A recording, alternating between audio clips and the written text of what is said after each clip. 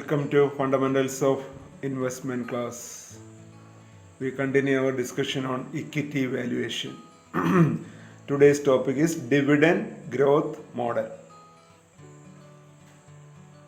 The dividends received from a share grows over a period of time. This fact led to the development of other equity valuation models in which growth rate pattern of dividend is included. There are two methods based on this aspect. The first method is constant growth model. So in the last class we discussed about a dividend capitalization method. In that also we discussed two methods, single period valuation and multi-period valuation. But in those cases, ആ കേസിലെല്ലാം തന്നെ dividend constant ആണെന്നുള്ളൊരു അസംഷനിലാണ് ചെയ്തത്. പക്ഷേ യഥാർത്ഥ situation എടുക്കുകയാണെങ്കിൽ, ഒരു കമ്പനിയുടെ case എടുക്കുകയാണെന്നുണ്ടെങ്കിൽ എല്ലാ വർഷവും നൽകുന്ന ഡിവിഡൻഡ് സെയിം ആയിരിക്കില്ല. കമ്പനി വളരുന്നതനുസരിച്ചിട്ട് ഡിവിഡൻഡും ഗ്രോ ചെയ്യും. സോ അതുകൊണ്ടാണ് പുതിയ ഒരു മെത്തേഡ് ഡെവലപ്പ് ചെയ്തിരിക്കുന്നത്. ആ മെത്തേഡാണ് dividend growth model. There we consider the growth of dividend instead of a constant dividend. There are two methods. First method under dividend growth model is constant growth model. This model is also known as Gordon growth formula. It assumes that a company grows at a constant rate forever. ഈ ആദ്യത്തെ method constant growth model എന്ന് പറയുന്ന മെത്തേഡിന് മറ്റൊരു പേരിൽ അറിയപ്പെടുന്നുണ്ട് Gordon growth formula.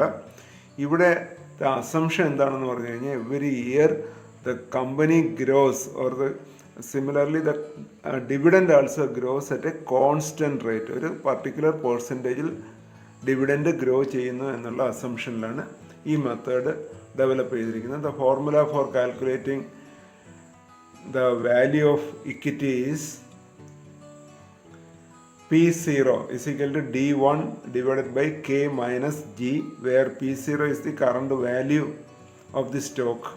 അല്ലെങ്കിൽ ആ ഷെയറിൻ്റെ intrinsic price ആണ് P0 എന്ന് പറയുന്നത്. D1 is the expected dividend at the end of the year. ആ വർഷത്തിൻ്റെ അവസാനം ലഭിക്കുമെന്ന് പ്രതീക്ഷിക്കുന്ന ഡിവിഡൻ്റാണ് D1.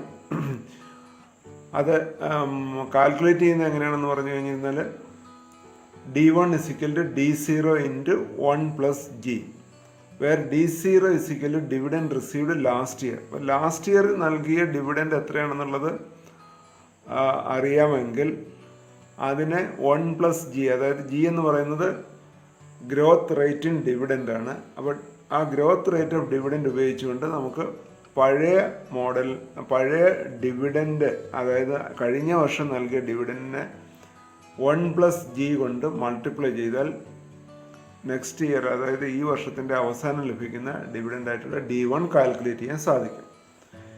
ഈ രീതിയിലാണ് D1 കാൽക്കുലേറ്റ് ചെയ്യുന്നത്. G എന്ന് പറയുന്നത് ഗ്രോത്ത് റേറ്റ് ഇൻ ഡിവിഡൻഡാണ്. K is the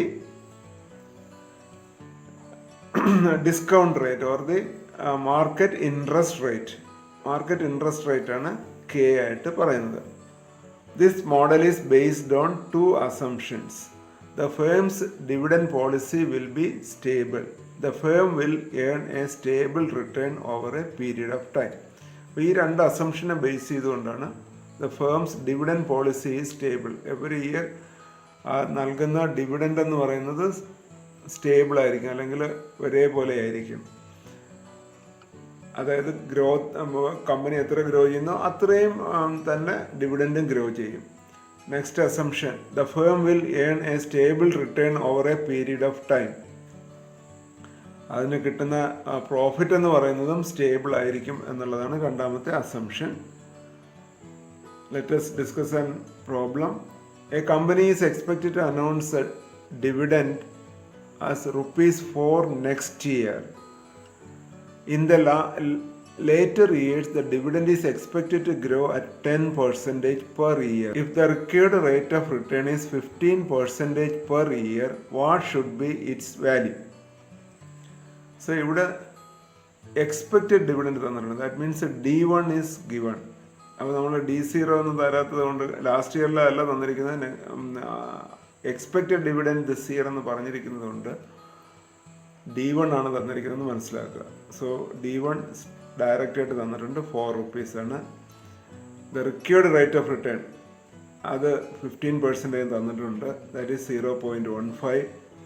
and expected growth rate of dividend 10% തന്നിട്ടുണ്ട്. So G is equal to 10% or 0.1. Therefore P0 is equal to D1 divided by K minus G.